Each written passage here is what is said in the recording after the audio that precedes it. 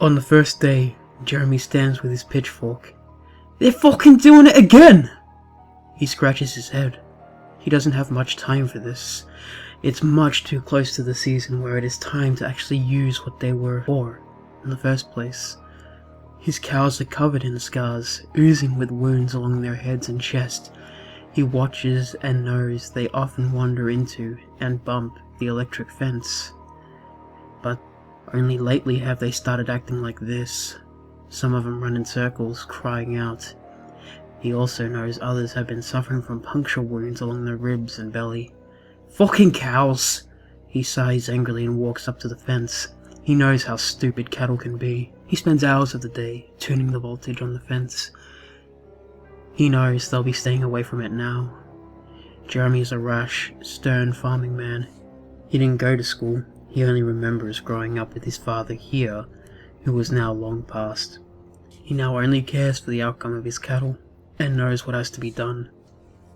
On the second day, Jeremy pulls up his pickup truck from a long day selling crops and fruit at the flea market in the city. He slams the door and looks into the field. All the cattle circle on the other side of the pen and are in a panic. On the other side, one of them sizzles as it has mangled itself in the electric fence, trying to jump through. Its muddy but milky yellow hide was stained with blood as it had struggled so hard within the wire fence. Stupid fucking cows! Jeremy feels loss, although he questions its motives to himself. Cattle are stupid after all. On the third day, Jeremy is covered in mud and rain. He tries everything to pull the dead cow from the wires, but it won't budge. It stinks and it is much too heavy. He pulls and pushes uncomfortably. The other cows stand still on the other end of the fence, well away from Jeremy. As he ends his struggle with the corpse, he looks into the field to see the cows. Two of them are much more bloated. They should be giving birth soon. On the fourth day, one young cow is born, just as Jeremy predicted. He watches from his window, the morning grey with thunder in the distance. The mother cow licks the calf clean of fluid, still huddled with the other cattle on the far north side of the pen. He plans to sell the young calf. He can make a lot of money off it. Or perhaps he can use it himself. On the fifth day, the young calf is gone. The other cows continuously stir in a panic, accidentally zapping themselves on the north side of the pen. Meanwhile, Jeremy grabs the dead cow by the ears and tries to pull it out of the mangled mess of wires it's got itself trapped in. He accidentally electrocutes himself doing it and backs away. He's created much more of a mess than that was originally there. The rain keeps the flies away, thankfully, but the mud near the pen is almost unbearable. What was he going to do with the dead cow? Its stomach, cut from being worn out by the wire, is cut and spills out. Innards hang everywhere, and there's nothing Jeremy can or will do about it. Stupid fucking cows making a goddamn mess of my yard!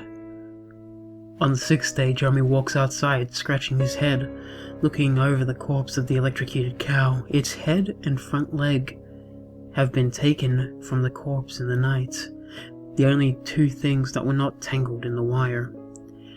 He lifts the stump to understand the wound. The cut is very dirty. It looks gnawed on, or perhaps chopped by something. Something with many serrated edges or teeth has made its way with the dead bovine. His frustration with the trapped cow boils over quickly. Fuck! He storms away. What a mess. If anyone comes over, what would he have to tell them? Luckily, nothing has been delivered to him here for years, or else he might have to face charges with what's happening on his property. On the seventh day, he woke up early, chasing Coyote out of his yard from the corpse with a shotgun. Perhaps they're what have been stirring the stupid cows into a panic. He heads into the pen with 2 buckets in hand. The cows are very afraid.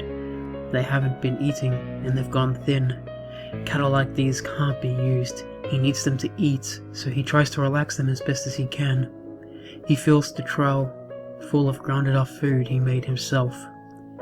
He's heard the city folk saying that cows would get sick this way, but Jeremy knows the cows will be fine. Besides, he eats it as well, and he's one of the healthiest farmers at the flea market. Ground up food isn't that bad. The cow that had given birth is the most sickly. It lays in stupor. Perhaps it is suffering from problems with separation, or perhaps it is stressed from the process of birth. Jeremy leaves the pen, hoping his cattle will eat. He doesn't need any more messes, just healthy, meaty cows. On the 8th day, the mother cow's leg has been broken. It cries out loudly, which is what originally woke up Jeremy before daylight. He sees it hobbling, its legs swinging like a pendulum. Each cow practically leaks of saliva. They're starving, but won't eat. They've become so stressed they've resorted to biting each other in self-defense. The other pregnant cow walks with the dead fetus laying out of its backside. It doesn't seem to mind. Stupid fucking cows! Jeremy crosses his arms in defiance of the terrible fate that has stricken his farm. He still doesn't understand why they're acting so rash. He can't deal with the cattle today he's been building onto his home. He grabs his rusty red hacksaw and heads back towards his house. On the 9th day, his farmland stinks of death. The heat of the morning attracts hundreds of flies to the trapped headless cow, as well as the 2 newly freshly starved, dehydrated cattle and the unborn calf. There is a lot of cleaning up to do. He picks up his pitchfork in the pen. The cattle all fester, struggle, and ooze constantly from burns created by the fence. Their eyes barely shine a lifeless, dim grey, while saliva constantly oozes from their mouth. None of them panic any longer. They don't eat or move. They stand or lay. It seems they've grown too tired of their constant panic.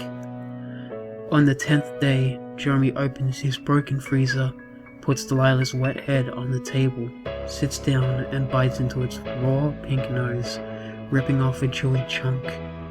His mouth splutters, full of cold flesh. "Stupid cows!" He blurts out a high, accented laugh and slams his fist down on the table.